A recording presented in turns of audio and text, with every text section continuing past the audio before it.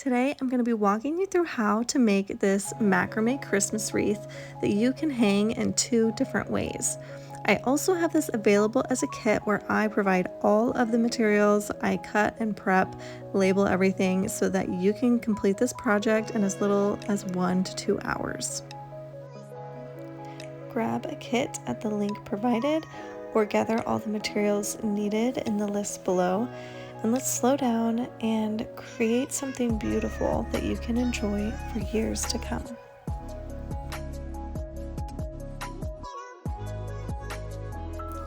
All right, you're going to grab your string, your stems, and your metal wreath ring. And we're going to find the placement of where we're going to be sectioning off our greenery versus our macrame knotting. So here I have done a smaller section for the greenery and a larger section for the macrame spiral knot. If you've purchased a kit, this will already be marked off for you. Now we're going to prep our string. You're going to have a super long piece and a shorter piece of string. We're going to double it over in half and find the exact center of both pieces. And then we are going to tie it on to our metal ring with just a simple half knot.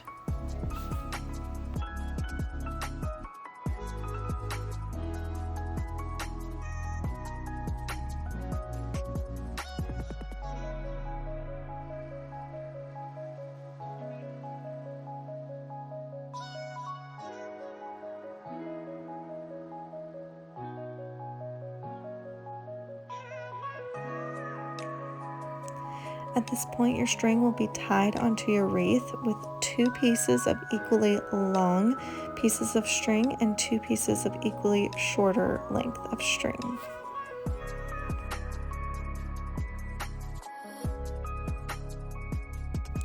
And what you're going to want to do is take those 2 shorter pieces of string and find them, untangle them, and get them into the center of your wreath like I'm holding it here. And we're going to put 1 really long piece of string on the right and 1 really long piece of string on the left. And as we begin knotting, we're always going to want to hold those 2 shorter strings against the metal wreath.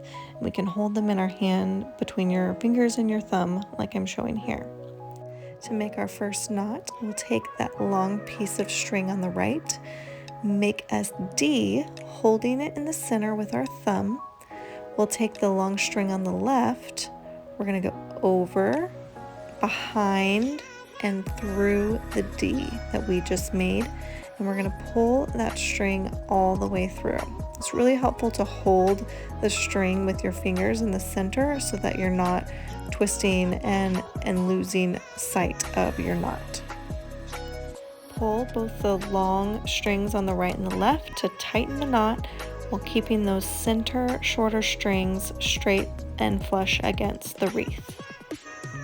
It's helpful to reset your strings for the next knot, but we will be doing the exact same knot for the entirety of the wreath.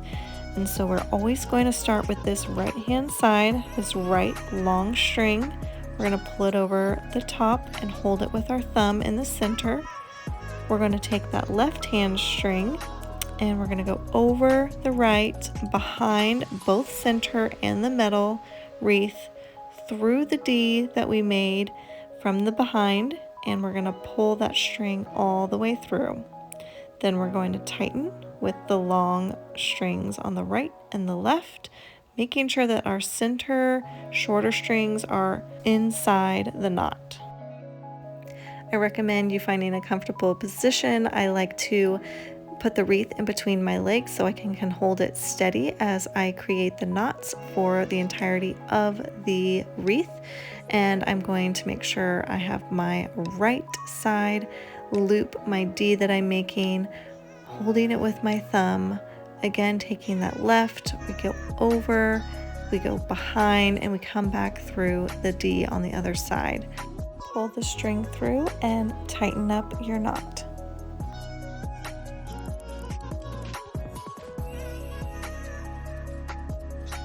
After creating a few knots, where you are always starting with that right hand long piece of string and doing your D shape, you'll begin to see the knots start to spiral around your wreath.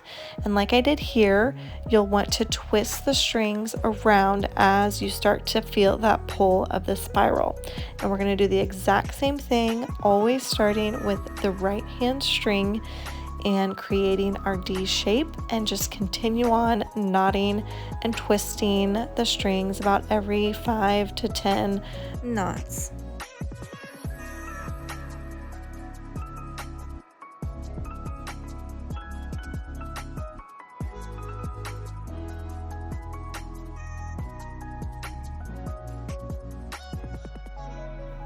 If you happen to make a mistake like I did here, you can usually tell because the knot will be kind of bumping out in a different way. It won't look as uniform as the rest of the knots, but you simply just have to pull out the knot, reset your strings, and continue on with your wreath.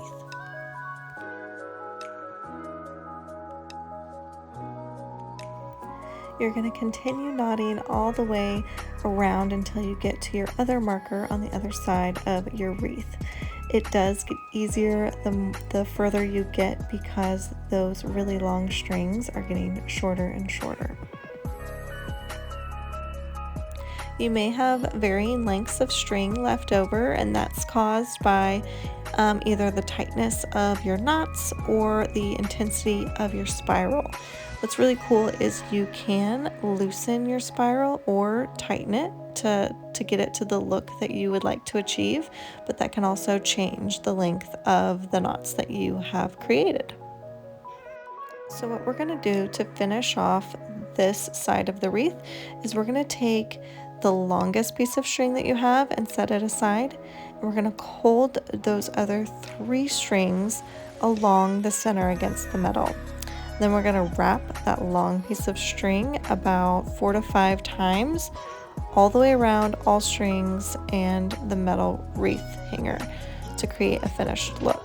So here I have about 5 loops, and what I'm going to do is I'm going to hold my finger in place of where those loops end, and I'm going to make a cut for those other 3 strings in the center.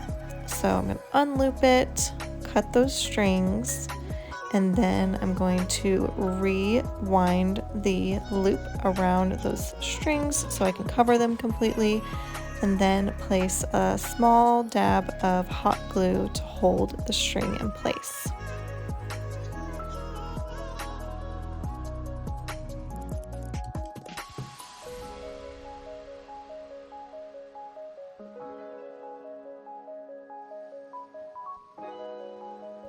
Quick note, something I don't show here is that it would actually be helpful to put the hot glue on the metal wreath and put the string on the wreath so that it has something to hold on to. You can snip the excess string and your macrame portion of the wreath will now be complete. Alright, now we're going to work on setting and gluing the greenery and bow onto our wreath. Be sure to have some scissors, a hot glue gun. I recommend getting a high temp glue gun. It just always seems to stick better for me. This one was like $4 at Joann's. Make sure you have plenty of glue sticks around, your ribbon cut to size, and your greenery stems.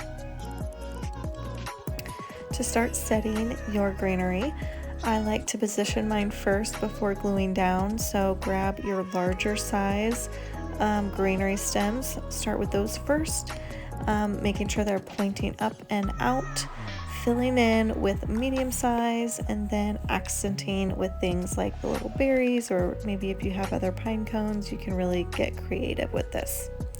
Here I'm also placing a piece of cardboard under my project so that my hot glue, in case it falls and gets stuck, it won't ruin my table. Now that you have an idea of where everything is going to go, take it all off and begin gluing those larger stems first. I like to place the hot glue along the stem and anywhere that I want the branches to stick together.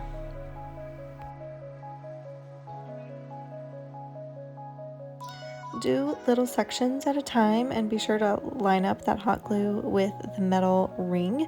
You can use things like popsicle sticks to save your fingers and hold down the greenery in the areas where the hot glue is going so that you don't burn yourself.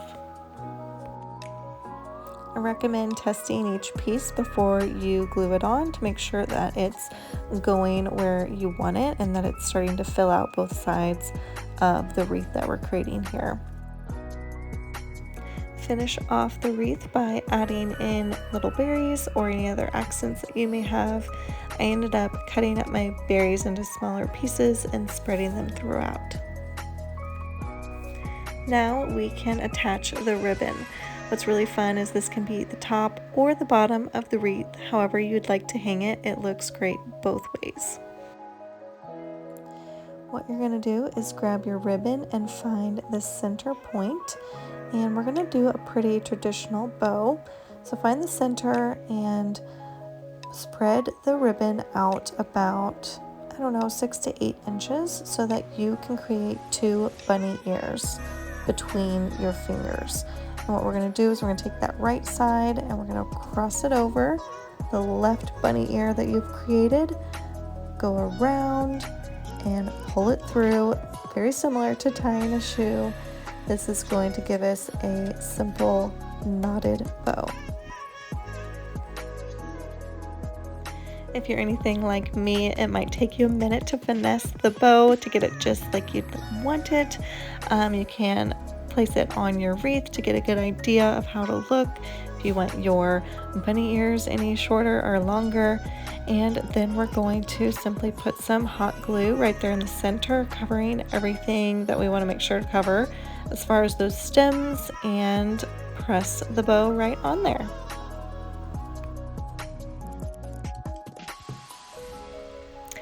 And there you go, you did it. You have created and made a beautiful macrame wreath that can be hung either way. You can hang this from the top or the bottom. You can trim the ribbons to the length that you desire. I like a little angle at the ends, really kind of making it your own and finding a perfect place to place it in your home. I really hope you've enjoyed this time making something special and beautiful with your hands as a way to slow down and really appreciate the things that you have in your home and the way that they can represent you and your love for creating. I hope you'll follow along with me for any future DIYs and kits that keep your hands making and your hearts happy.